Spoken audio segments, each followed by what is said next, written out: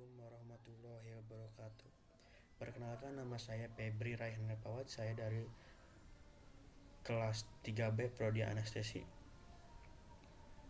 Di sini saya akan menjelaskan tentang identifikasi hazard di lingkungan kerja, safety sign, personal protective equipment. Di sini saya akan membawakan materi ini dalam rangka memenuhi tugas keselamatan kesehatan kerja dalam keperawatan anestesiologi. Baik, langsung saja. Yang pertama, pengertian identifikasi bahaya. Identifikasi bahaya adalah upaya untuk mengetahui, mengenal dan memperkirakan adanya bahaya pada suatu sistem, seperti peralatan, tempat kerja, proses kerja, prosedur, dan lain-lain. Langkah pertama manajemen risiko kesehatan di tempat kerja adalah identifikasi atau pengenalan bahaya kesehatan. B. Identifikasi bahaya dilakukan terhadap seluruh aktivitas operasional perusahaan di tempat kerja, meliputi yang pertama, aktivitas kerja rutin maupun non-rutin di tempat kerja. Yang kedua, aktivitas semua pihak yang memasuki tempat kerja, termasuk kontraktor, pemasok, pengunjung, dan tamu. Yang ketiga, budaya manusia, kemampuan manusia dan faktor manusia lainnya. Yang keempat, bahaya dari luar lingkungan tempat kerja yang dapat mengganggu keselamatan dan kesehatan kerja tenaga kerja yang berada di tempat kerja. Yang kelima, infrastruktur, perlengkapan dan bahan atau material di tempat kerja, baik yang disediakan perusahaan maupun pihak lain yang berhubungan dengan perusahaan. Yang keenam, perubahan atau usulan perubahan yang berkaitan dengan aktivitas maupun bahan material yang digunakan. Yang selanjutnya, perubahan sistem manajemen K3, termasuk perubahan yang bersifat sementara dan dampaknya terhadap operasi, proses, dan aktivitas kerja. Selanjutnya, penerapan peraturan perundang-undangan dan persyaratan lain yang berlaku.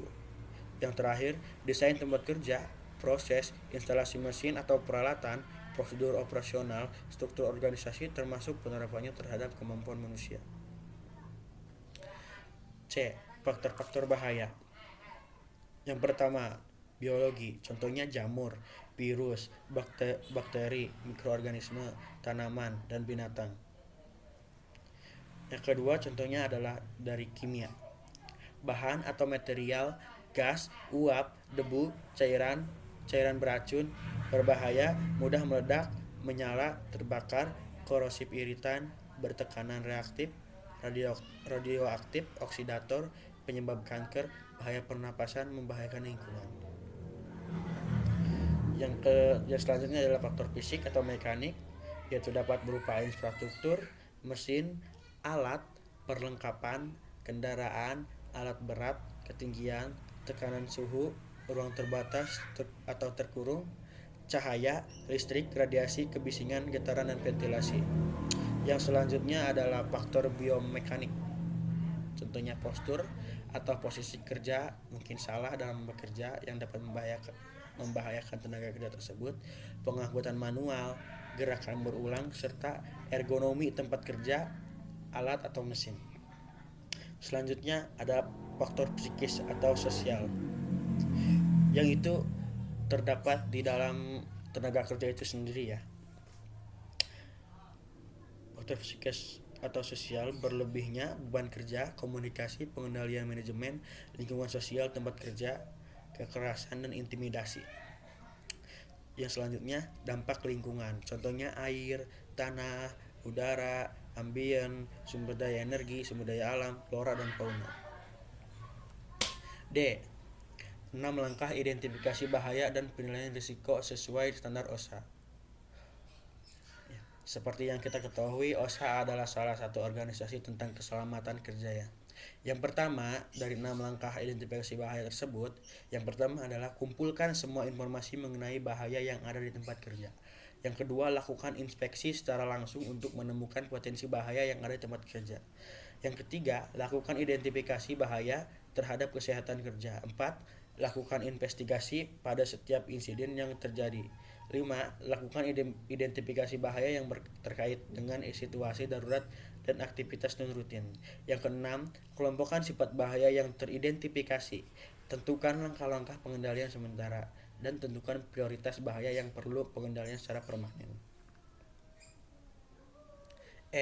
Pengertian safety sign. Safety sign adalah sebuah media visual berupa gambar untuk ditempatkan di area kerja yang memuat pesan-pesan agar setiap karyawan selalu memperhatikan aspek-aspek keselamatan dan kesehatan kerja. Ya, contohnya jenis rambu-rambu dalam safety sign dapat berupa simbol, terus dapat berupa simbol dan tulisan, dan juga bisa berupa pesan dalam bentuk tulisan. Manfaat safety sign.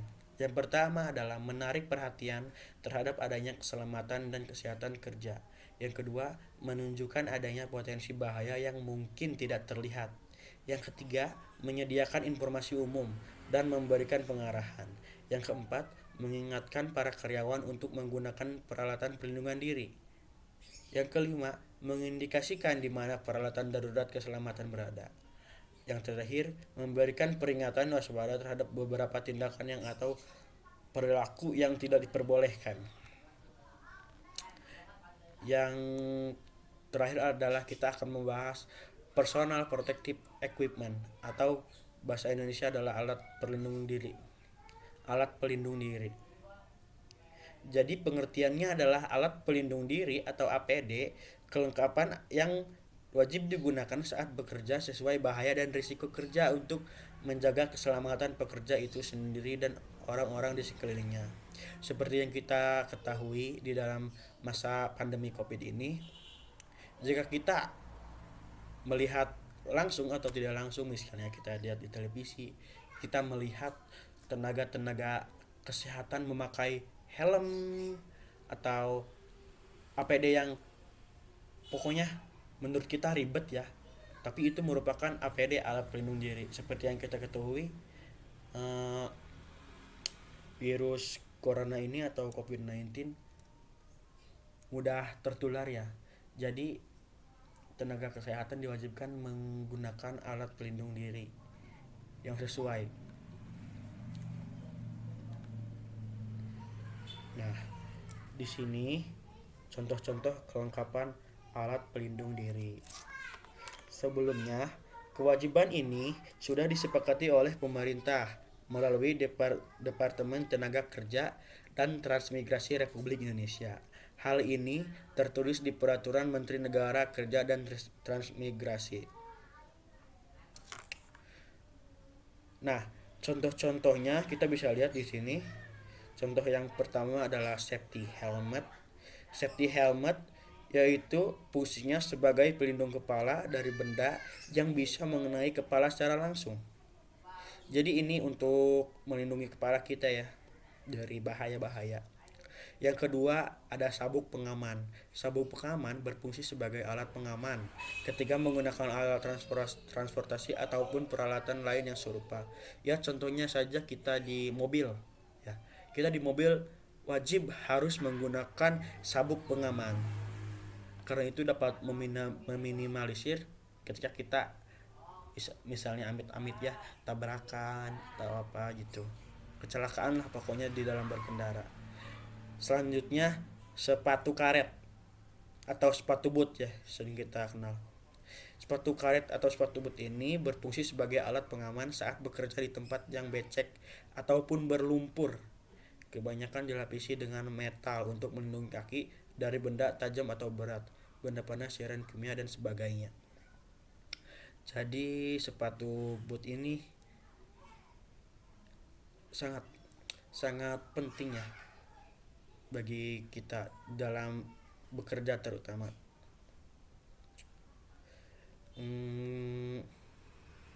Yang selanjutnya adalah sepatu pelindung. Sebenarnya sama saja sih sama sepatu karet, mirip-mirip lah. Karena sepatu karet itu bisa melindungi ya. Seperti sepatu pelindung itu seperti sepatu biasa, tapi dari bahan kulit dilapisi metal dengan sol dari karet tebal dan kuat. Berfungsi untuk mencegah kecelakaan fatal yang menimpa kaki kita. Yang selanjutnya itu ada sarung tangan. Di sini sarung tangan berfungsi sebagai alat pelindung tangan pada saat bekerja di tempat atau situasi yang dapat mengakibatkan cedera tangan. Bahan dan bentuk sarung tangan disesuaikan dengan fungsi masing-masing pekerjaan. Jadi, maksud di sini bahan dan bentuk sarung tangan disesuaikan dengan fungsi masing-masing pekerjaan adalah jika kita misalnya bekerja sebagai contoh luar dari kesehatan ya, misalnya bangunan gitu, kita harus memakai sarung tangan yang sesuai lah, kan bahan-bahan bangunan kasar-kasar ya, tentu saja disesuaikan alat pelindungnya. Yang selanjutnya ada tali pengaman atau safety harness. Tali pengaman berfungsi sebagai pengaman saat bekerja di ketinggian. Diwajibkan menggunakan alat ini di ketinggian lebih dari 1,8 meter. Wow. Yang selanjutnya ada penutup telinga atau earplug. Earplug berfungsi sebagai pelindung telinga pada saat bekerja di tempat yang bising. Yang selanjutnya ada kacamata pengaman atau safety glasses. Berfungsi sebagai pelindung mata ketika bekerja. Misalnya saat kita mengelas mungkin. Ya, bisa jadi contoh itu. Yang selanjutnya ada masker. Masker berfungsi sebagai penyaring udara yang dihirup saat bekerja di tempat dengan kualitas udara buruk, misal berdebu, beracun dan sebagainya. Nah, seperti yang kita ketahui, masker diwajibkan ya sekarang di seluruh dunia malahan, karena dalam masa pandemi COVID ini. Yang selanjutnya ada tameng wajah. Nah, tameng wajah ini yang sering dipakai di rumah sakit sekarang nih dalam masa pandemi. Tameng wajah yaitu fungsinya sebagai pelindung wajah dari percikan benda asing saat bekerja, misal pekerjaan menggerinda. Contohnya sekarang aja ya, di dalam masa pandemi ini kan virus corona itu menular dari air ludah ya, dari air ludah. Jadi itu alat tameng wajah itu sangat meminimalisir kita untuk tidak tertular dari pasien-pasien yang positif COVID-19. Ini contoh untuk tenaga kesehatan ya. Yang selanjutnya ada jas hujan. Jas hujan berfungsi melindungi dari percikan air saat bekerja, misal bekerja pada waktu hujan atau sedang mencuci alat.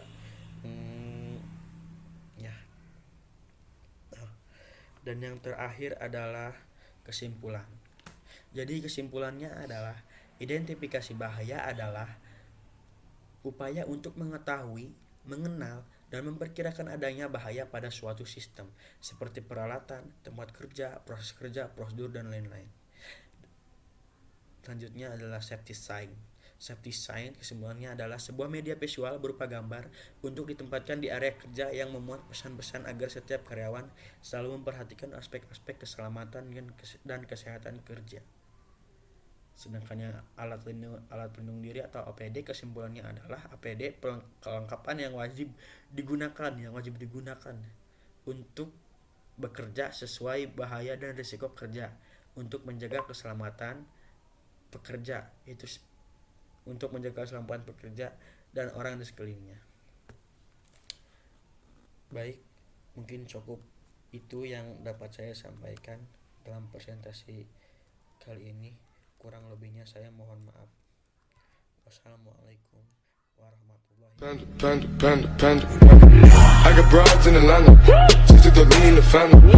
Credit cards and the scammers, getting no licks in the band. Legacy.